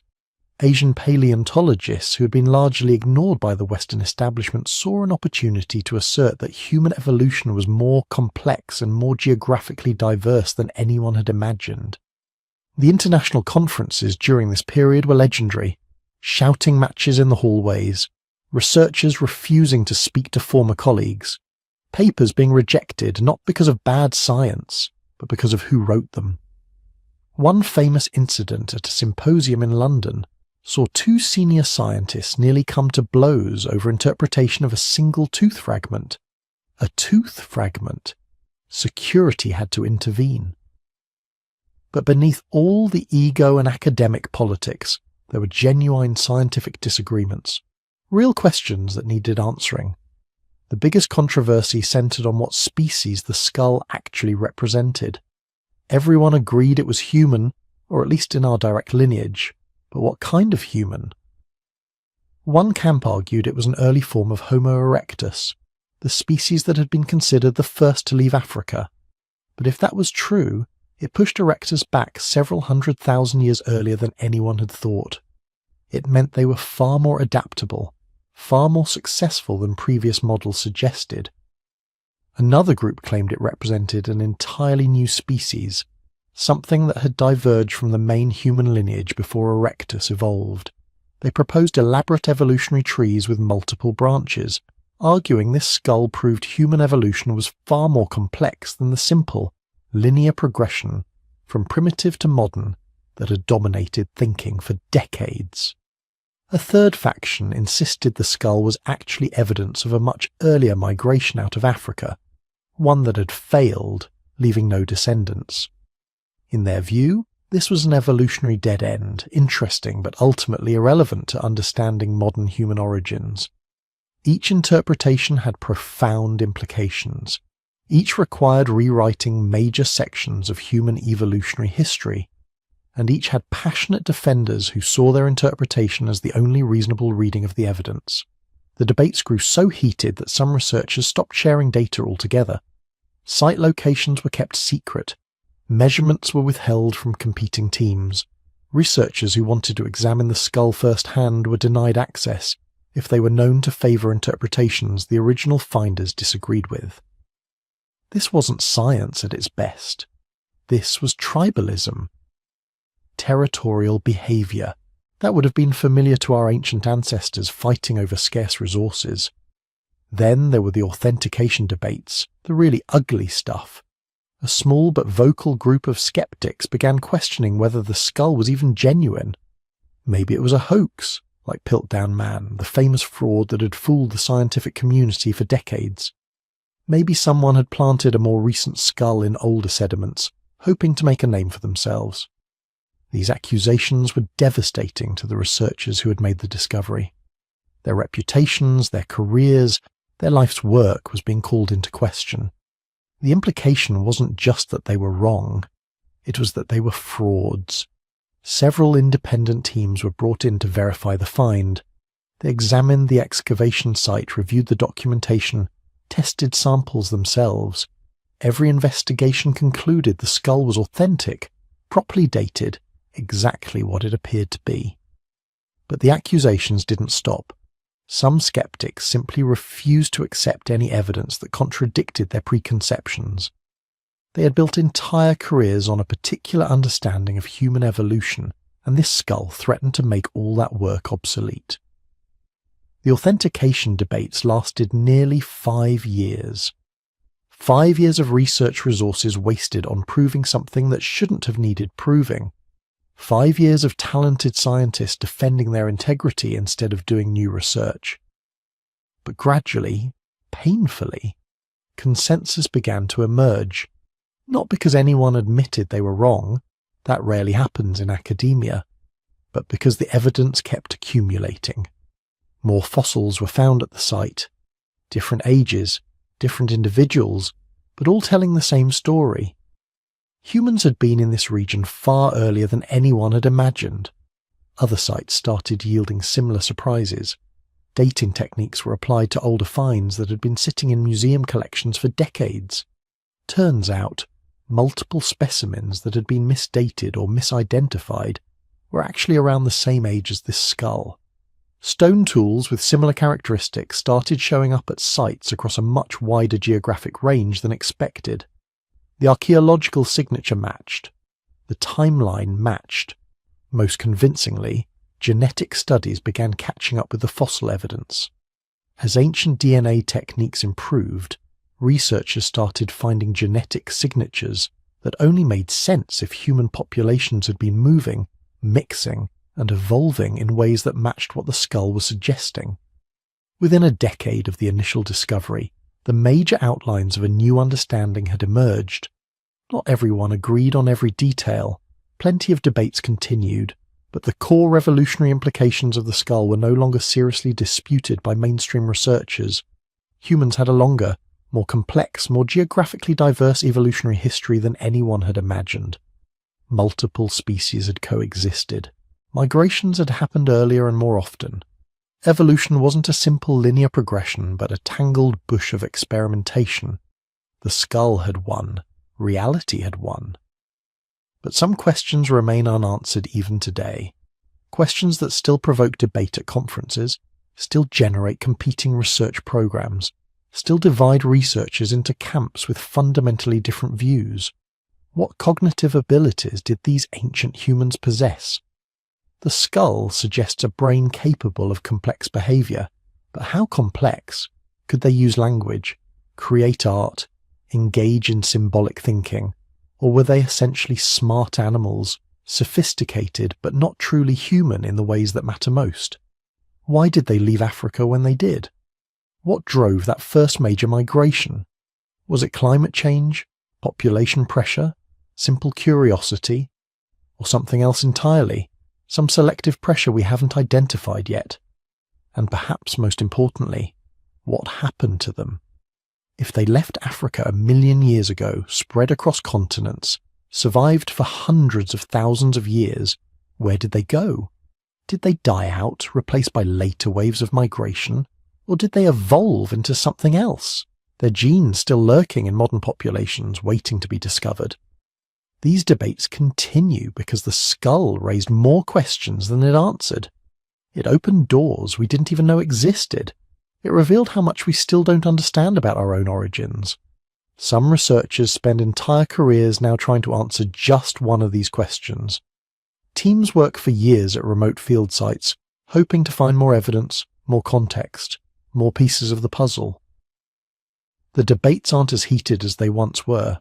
The shouting matches have given way to more civil disagreements. But the passion is still there. The drive to understand, the need to know where we came from and what it means to be human. Because ultimately that's what all these debates are really about. Not just ancient bones and dating techniques and evolutionary trees, but identity, origin, the story we tell ourselves about ourselves. And this skull, this 1 million-year-old fragment of bone pulled from the earth after an eternity of darkness, had rewritten that story in ways we're still trying to fully understand. The controversy taught us something important about science itself. Progress doesn't happen smoothly. It's messy, chaotic, driven as much by human psychology and institutional politics as by pure rational inquiry. But eventually, if the evidence is strong enough, reality forces itself through the resistance. The skull changed everything. Not instantly, not easily, but inevitably. And the story it told was just beginning. So, where does this skull actually fit? What does it tell us about the vast tangled story of human evolution? For a long time, scientists thought human evolution was simple. A straight line. Ape-like ancestors gradually becoming more human, marching steadily toward us. You've probably seen the famous illustration, the one with the bent-over ape on the left slowly transforming through increasingly upright forms until you reach modern humans on the right. It's a nice image. Clean. Easy to understand. It's also completely wrong. Human evolution wasn't a ladder. It was a bush. A wild, tangled, constantly branching bush with dozens of different species sprouting from it, most of them going extinct, leaving no descendants. For millions of years, multiple human species coexisted on this planet. Different species, all walking upright, all making tools, all trying to survive in a world that didn't care whether they made it or not. This skull, wherever you place it in the timeline, whether it's Homo erectus from 1 million years ago or some other species from a different period, it represents just one branch on that impossibly complex tree. One moment in a story that spans at least 6 million years. 6 million years. That's how long ago the human lineage split from the ancestors of chimpanzees. Everything that happened after that moment, every fossil we've found, every stone tool, every ancient campsite, it's all part of our family history. And the story that fossil record tells is nothing like that simple march from ape to human. The first thing you need to understand is just how many different human species there were. Not human ancestors. Human species. Members of the genus Homo, our genus, walking around on 2 legs, making tools, controlling fire, burying their dead. In Africa alone, we've identified at least 12 distinct species over the last few million years. Homo habilis, the handyman, with their relatively large brains and the first stone tools. Homo erectus, the upright man, who spread across Asia and lasted for nearly 2 million years. Homo heidelbergensis, possible ancestor to both Neanderthals and modern humans. Homo naledi, discovered in a South African cave system, with their bizarre mix of primitive and advanced features.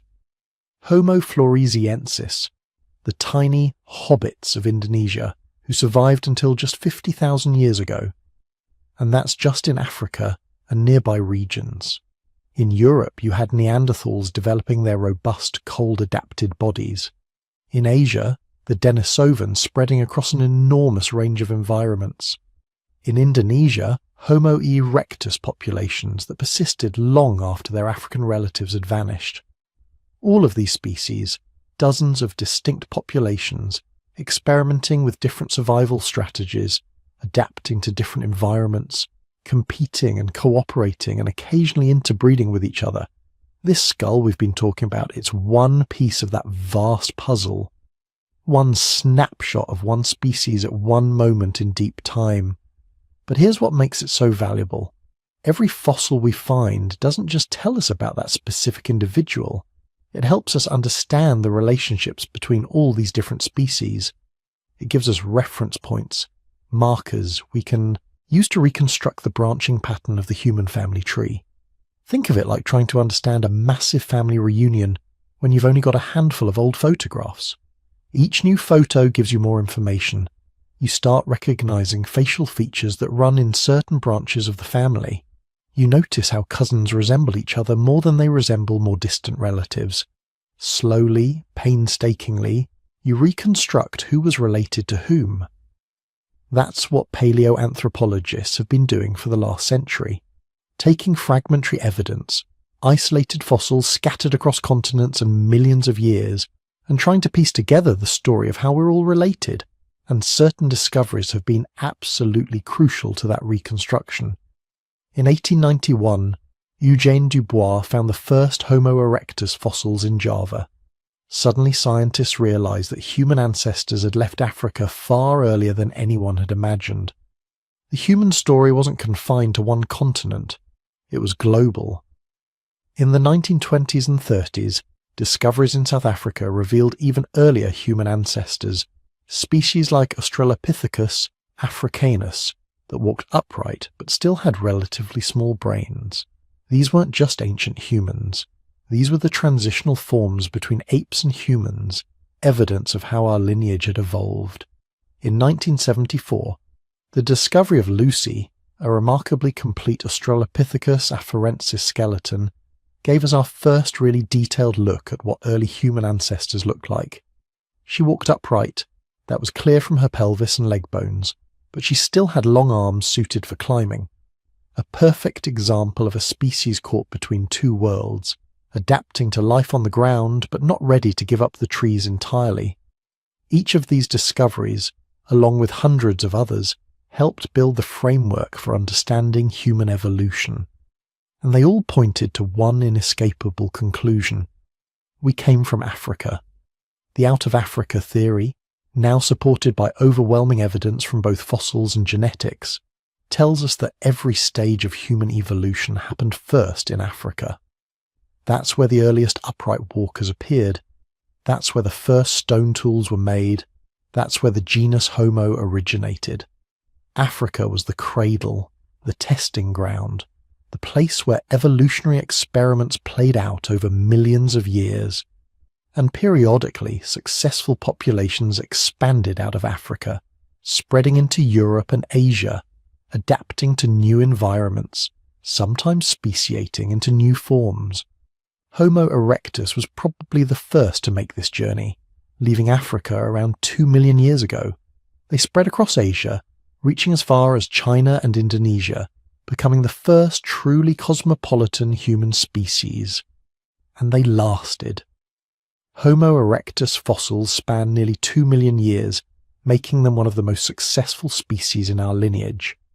Later waves followed, Heidelbergensis populations moving into Europe, the ancestors of Denisovans, spreading east, and finally, around 60,000 years ago, modern humans making their own exodus, the migration that would ultimately lead to humans colonizing every habitable continent on Earth.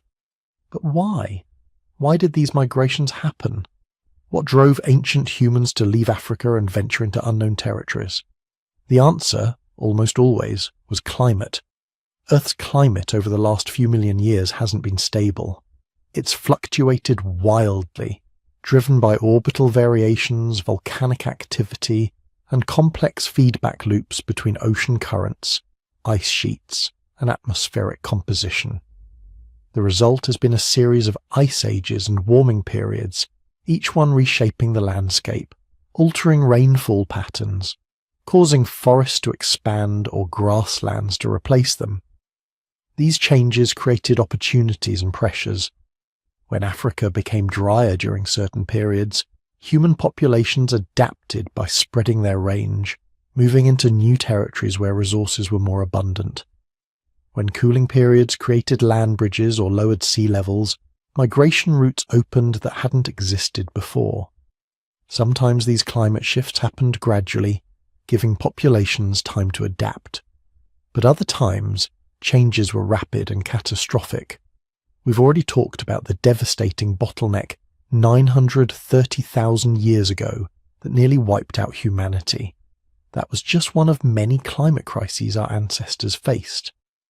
Around 75,000 years ago, the Toba supervolcano eruption in Indonesia created a volcanic winter that may have reduced human populations to just a few thousand individuals again.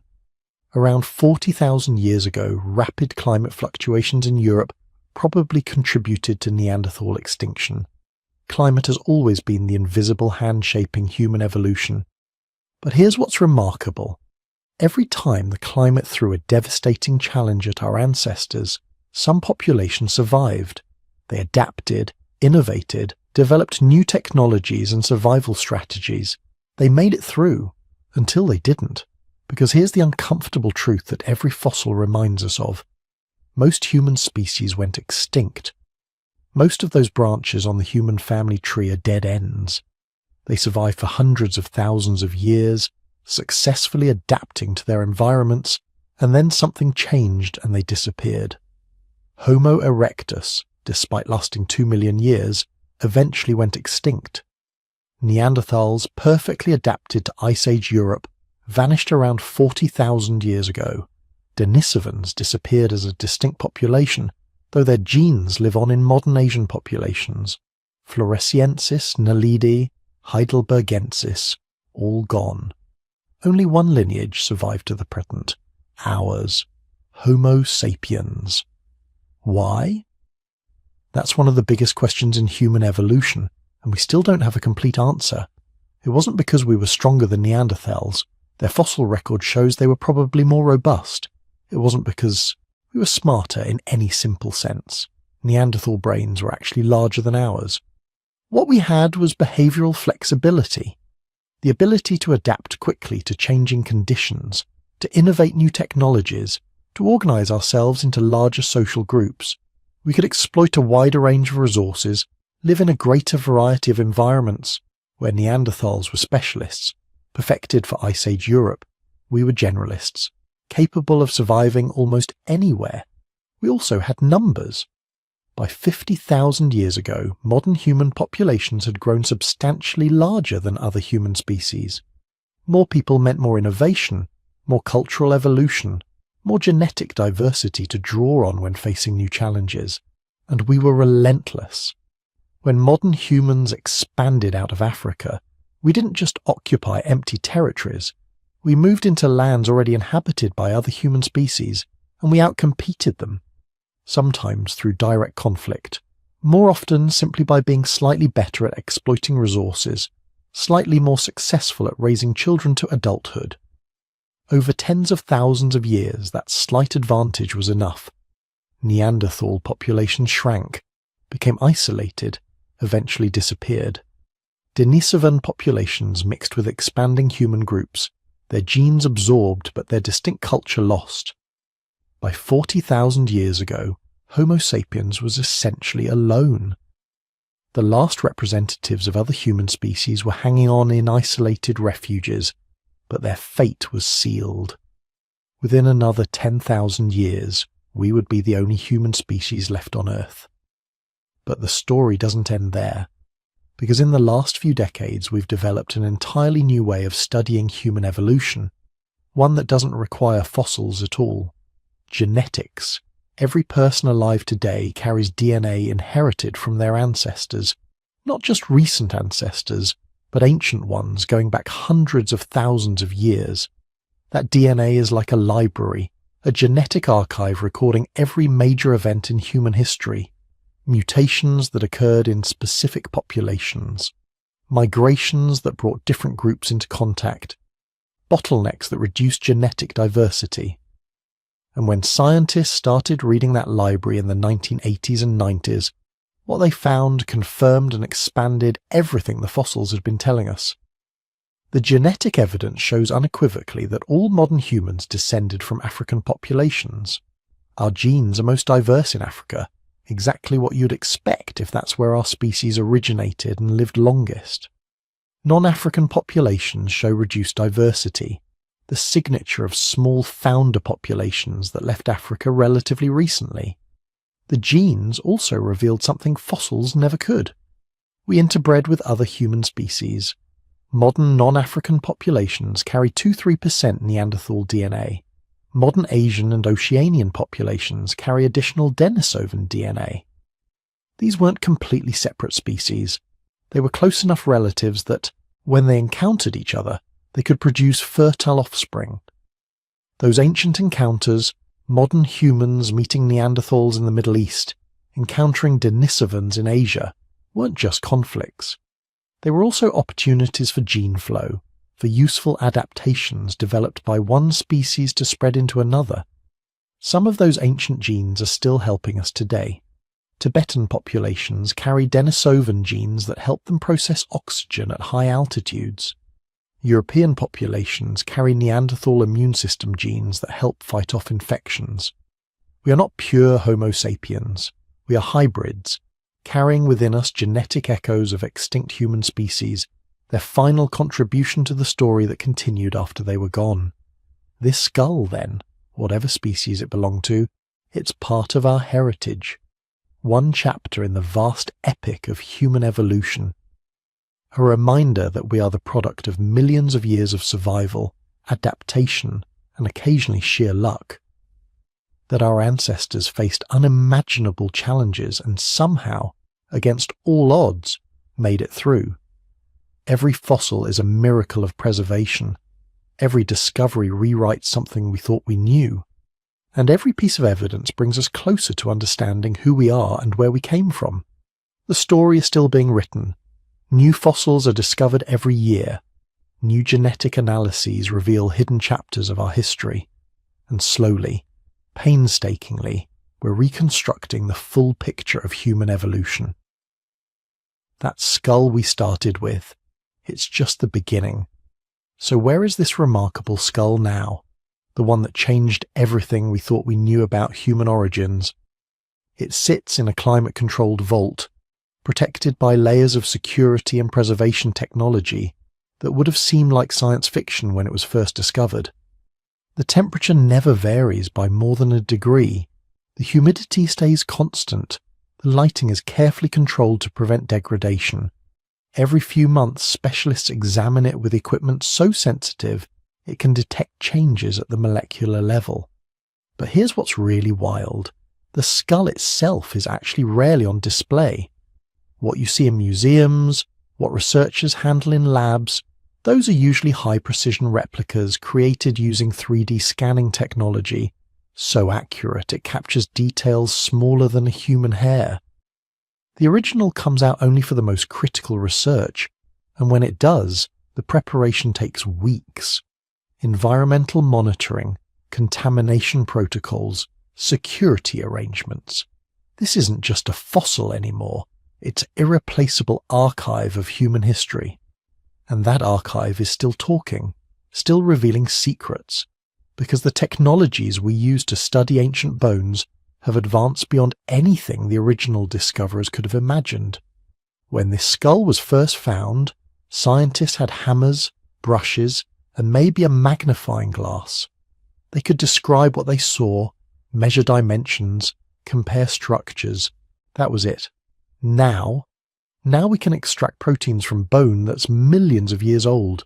We can analyze isotopes to determine exactly what this individual ate during the last months of their life.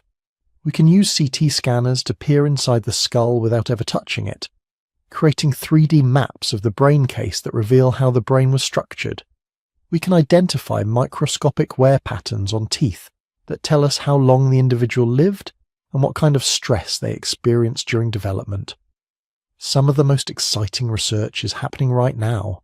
Teams are using synchrotron radiation, basically the most powerful X-rays on Earth, to analyze the skull at the atomic level. They're finding traces of the environment this individual lived in, chemical signatures that indicate climate conditions, pollution levels, even evidence of diseases that left no visible marks on the bone.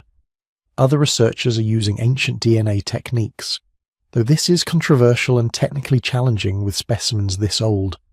But even if complete DNA extraction proves impossible, scientists can analyze proteins, which survive much longer than DNA. These proteins can tell us about genetic relationships, about evolutionary changes in brain chemistry, about adaptations that don't show up in bone structure at all, and every new analysis reveals something unexpected.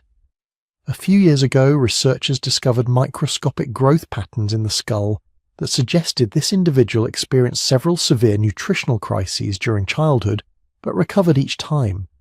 This told us something profound. This person was cared for. When they got sick or starving, someone kept them alive until conditions improved. That's not just survival, that's compassion, that's society. More recently, analysis of the inner ear structure, which controls balance and spatial orientation, suggested this individual species had adaptations for long-distance running. Not sprinting away from predators, but endurance running, the ability to jog for hours in the heat. This supports theories that our ancestors developed persistence hunting, running prey animals to exhaustion over distances that would kill most other predators. Each discovery opens new questions. And that's exactly how science is supposed to work. But beyond the technical details, beyond the measurements and analyses, this skull teaches us something deeper about ourselves, something philosophical. See, there's this assumption that most people carry around, usually without even realizing it. The assumption that we're fundamentally different from our ancestors, that they were somehow less than us, less intelligent, less capable, less human. This skull destroys that assumption. The individual who owned this skull lived 1 million years ago, give or take. Their world was unimaginably different from ours. No cities, no agriculture, no writing, no technology beyond the simplest stone tools.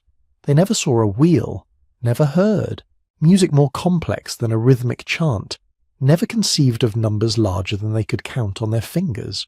But their brain was essentially the same as yours, same basic structure, same capacity for learning, same emotional range.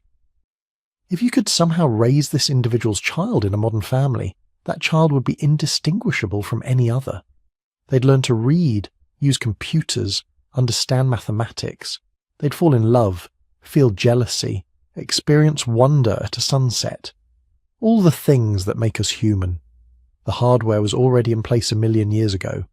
What changed wasn't our biological capacity. It was our accumulated knowledge, our cultural inheritance.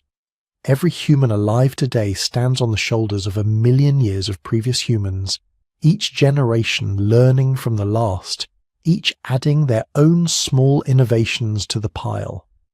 This skull represents one of those early chapters, one of the individuals who contributed to that long chain of inheritance that eventually led to us.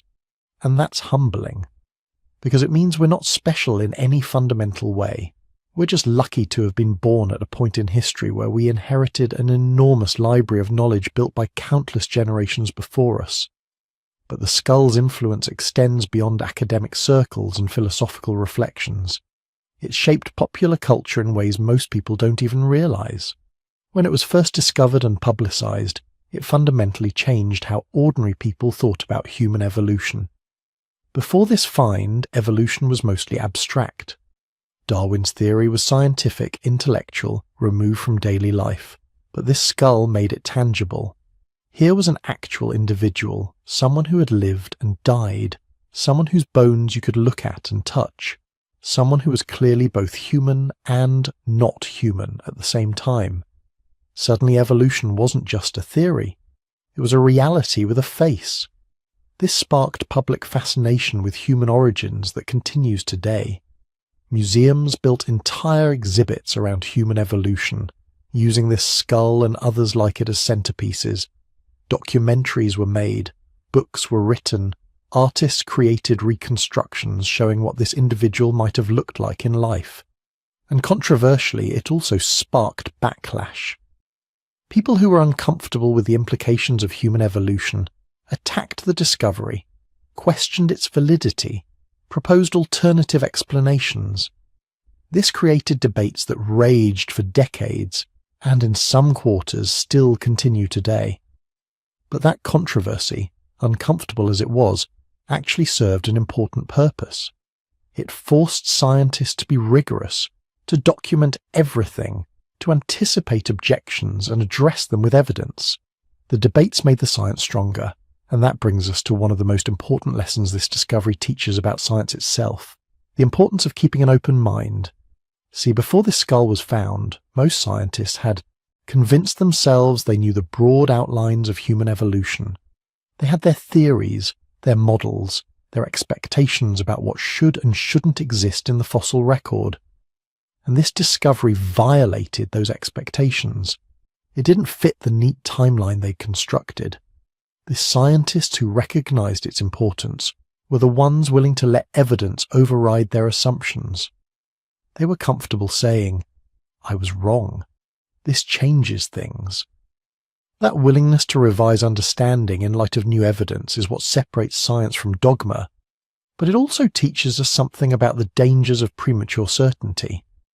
Some scientists dismissed the skull initially because it didn't match their expectations. They wasted years, decades in some cases, clinging to outdated models because they'd become emotionally invested in their own theories. This happens in every field. Experts become so convinced of their understanding that they stop being truly open to alternatives. They interpret new evidence through the lens of old assumptions. They find reasons to dismiss anything that doesn't fit. The scientists who made the most progress understanding this skull were the ones who approached it with genuine curiosity, who asked, "What is this telling us?" instead of, "How does this fit what we already believe?" That's a lesson that extends far beyond paleontology. In any field, in any endeavour, the people who make real breakthroughs are the ones who remain genuinely open to being surprised. But despite everything we've learned, enormous questions remain. And this is where things get really exciting for the future. We still don't know exactly how this individual species relates to other human ancestors. Was it a direct ancestor of modern humans, or a side branch that eventually went extinct? Different analyses suggest different possibilities, and new fossils could change the picture entirely. We still don't understand the full environmental context. What was the climate like? What did the local ecosystem look like? What other species lived alongside these early humans? Each new geological and paleontological discovery in the region adds pieces to this puzzle. We still don't know crucial details about behaviour and culture. Did this individual species use fire? What social structures did they have? How did they communicate? These questions are harder to answer from bones alone, but new discoveries and techniques might provide clues. And perhaps most tantalizingly, we still don't know the full story of the genetic bottleneck. New DNA analysis techniques might eventually let us extract genetic information from fossils this old. If that happens, we could trace the exact genetic changes that occurred during those desperate 117,000 years. We could see natural selection operating in real time across hundreds of generations. The search continues. Every year, researchers return to the site where this skull was found, looking for more fossils, more evidence, more pieces of the puzzle. They use ground-penetrating radar to map underground structures before they dig. They employ sediment analysis to understand ancient environments. They work with climate scientists, geneticists, anthropologists, geologists, creating interdisciplinary teams that would have been unthinkable when the skull was first discovered. And they're finding things. New fossils, new sites, new evidence that's still being analysed and debated. The story isn't finished, it's barely begun. Because here's the thing about science. It's not a collection of facts. It's a process, an ongoing conversation between evidence and theory, between questions and answers. Each discovery generates new questions. Each answer opens new mysteries. This skull, remarkable as it is just one data point in an enormous investigation spanning millions of years and thousands of researchers. It's a crucial piece of evidence, yes, but it's part of a much larger story that we're still actively discovering. And that story is ultimately about us, about where we came from, how we survived, what we're capable of.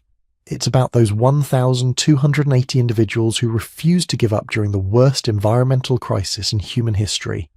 It's about the Neanderthals who mastered Ice Age Europe. It's about the Denisovans who climbed mountains and crossed oceans. It's about all the human species who came before us, struggled, adapted, innovated, and ultimately gave us the inheritance of knowledge and genes that makes us who we are. Every time you look at this skull, you're looking at a mirror. A deep mirror that reflects not just who you are, but where you came from.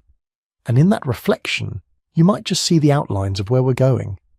Because if our ancestors could survive 117,000 years on the edge of extinction, if they could adapt to climates that would kill us in days, if they could innovate and cooperate and persist through challenges we can barely imagine, then maybe, just maybe, we've inherited enough of their resilience to face whatever comes next. The skull sits in its climate-controlled vault, silent, patient, eternal, waiting for the next researcher with the next question, the next technique, the next insight, still teaching, still revealing, still connecting us to the long, improbable, magnificent story of how we became human. So here we are, at the end of this journey through time, from a single skull discovered in the earth to a complete revolution in how we understand ourselves. Pretty incredible when you think about it. 1 million years compressed into one evening, one fossil that rewrote the entire human story. That skull, whoever it belonged to, was just one individual. One person living their life, dealing with their problems, trying to survive in a world we can barely imagine. They had no idea they would become famous a million years later. No concept that their bones would spark debates, topple theories, force scientists to reconsider everything they thought they knew about human evolution. But that's the beautiful mystery of deep time, isn't it? Every single one of us is living in what will someday be someone else's ancient past. Someone a million years from now might discover something we left behind and wonder about us. Wonder what we were like, how we lived, what we thought about as we looked up at the same stars they see. The thing is, you're connected to that skull. Not metaphorically, not symbolically, but actually genuinely connected through an unbroken chain of ancestors stretching back across time. Every person who's ever lived is part of that chain. Your grandmother, her grandmother, her grandmother, keep going back through thousands of generations, and you eventually reach individuals who lived alongside the person whose skull changed history. Think about that for a moment. Somewhere in your family tree, impossibly far back, there's someone who might have encountered the population that skull belonged to. Maybe they traded tools, shared food, told stories around the same fires.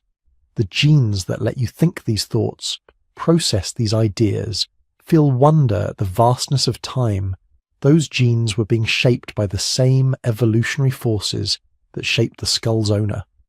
We're all products of the same extraordinary journey. The bottlenecks, the migrations, the desperate struggles for survival, the moments of innovation when someone figured out something new that would change everything. Every triumph and tragedy, every lucky break and narrow escape, they're all written in your DNA. You carry all of it with you. And the story isn't over. We're still evolving, still adapting, still trying to survive in a changing world just like our ancestors did. The challenges are different now, climate change of our own making instead of natural cycles. But the fundamental situation is the same. We're humans trying to figure out how to keep our species alive in a world that doesn't care whether we make it or not. But here's the hopeful part. We've done it before. We've survived things that seemed impossible. We've come back from the edge of extinction, adapted to new environments, developed new technologies, found ways to keep going when everything looked hopeless. That's what we do. That's what we've always done. That million-year-old skull is a reminder that we're tougher than we think, more adaptable, more resilient, more capable of surviving challenges we can't even imagine yet. The person it belonged to was human in all the ways that matter. They loved, feared, hoped, probably laughed and told jokes and worried about their children. They were us, just living in a different time. And someday, far in the future, someone will look back at our time with the same mixture of curiosity and wonder we feel looking at that ancient skull. They'll try to understand what it was like to be alive in the early 21st century, what we worried about, what mattered to us, how we dealt with our challenges. They'll reconstruct our world from fragments, just like we're doing with the past. Deep time puts everything in perspective, doesn't it? Makes your problems seem smaller somehow, but also makes your existence seem more precious. You're here for such a brief moment, a single heartbeat in the vast rhythm of human history. But you're part of something ancient, something that's been going on for millions of years and will continue long after you're gone. So as you drift off tonight, let your mind wander through those vast stretches of time. Picture the grasslands of ancient Africa, the faces of ancestors you'll never know, the long chain of survival and adaptation that led to you being here, right now, listening to these words. If you've enjoyed this journey through deep time, if it sparked something in you, a sense of wonder about where we came from and where we're going, I'd really appreciate if you'd hit that like button. Leave a comment telling me where you're listening from. I love knowing how far these stories travel, And if you want more journeys like this, histories that help you drift off while blowing your mind, hit subscribe. It really helps. For those who want to support the channel, there's a membership option available. Completely optional, no pressure at all. But if you'd like to help keep these deep dives into history coming, that's one way to do it. Sleep well, fellow descendants of survivors. Dream of ancient worlds and the remarkable people who made it possible for you to be here. You're part of an incredible story, millions of years in the making and still being written. Good night.